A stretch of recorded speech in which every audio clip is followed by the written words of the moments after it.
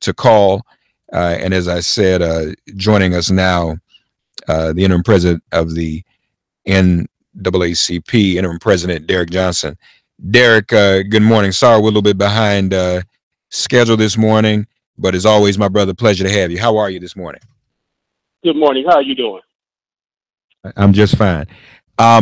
Derrick, where are things with a lawsuit the NAACP has filed against Donald Trump? We have, it is progressing.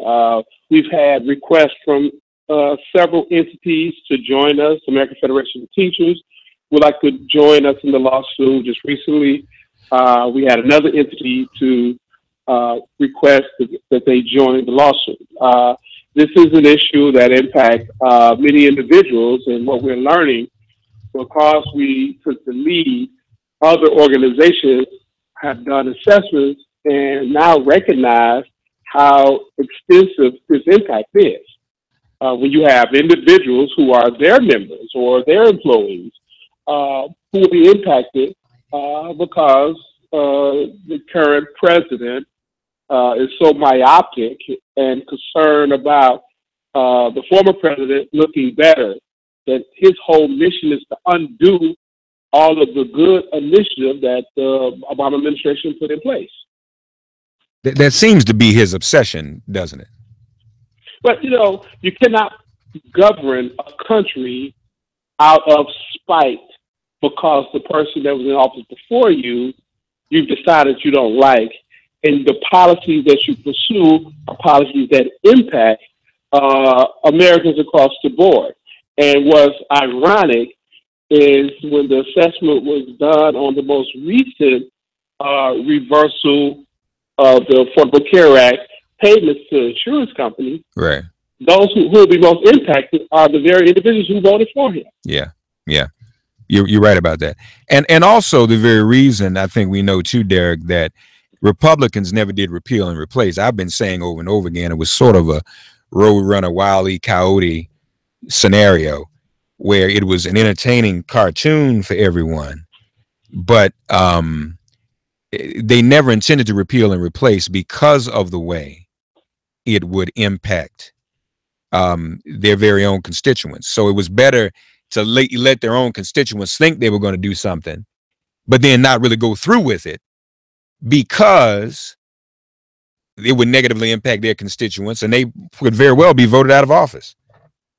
You know, the Affordable Care Act, also known as Obamacare, is 21st century race baiting at its best. Good policy that needs some perfection, but good, impacting everybody. But because some African Americans who served in the White House created it, they wrap race around it and use it as a part of their dog whistle politics to generate the racial animosity among working class whites. Right. It was never about the policy. Yeah. It was always about race baiting for political advantage. Yeah, yeah, yeah, absolutely right. So also, not a lot of time, Derrick, and I apologize for running behind schedule.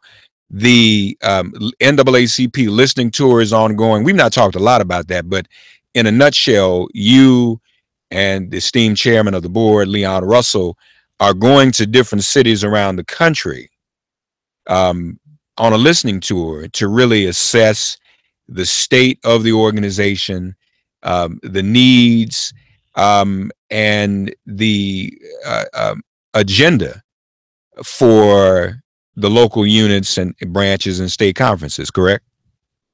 That is correct. Chairman Russell was in Buffalo, New York with the New York State Conference and President Hazel Dukes, and it was an outstanding discussion with our members and our union leaders there. We're both headed out to California for the California State Conference. We'll be in Nashville to also partake in the same. I was in North Carolina for Dr. Barber's final convention as state president. Yeah. As he will remain on the board and venture to his larger piece. I was just in Texas with Gary Bledsoe. And so our goal is to make sure the alignment of our operations is consistent with the need and interest of our members on the ground. Because at the end of the day, we are a membership-based advocacy organization. Our strength, our uniqueness is the fact that we have over 2,200 units across the country. We have a footprint that's unmatched. Yeah. And so the best thing we can do for the health, the sustainability, and the longevity of the association is listen to the leaders of the association. Those are the individuals who live in the community who do this work every day.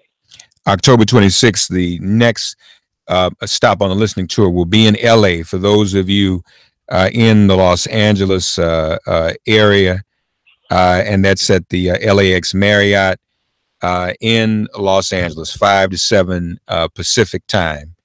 And I know some of these have been on social media on Facebook. Will this one be on Facebook Live too, Derrick?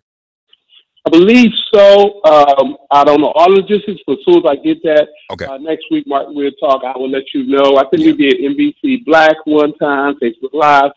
Good, okay. We try to allow for the local audience, but also broader audience to chime in as much as possible.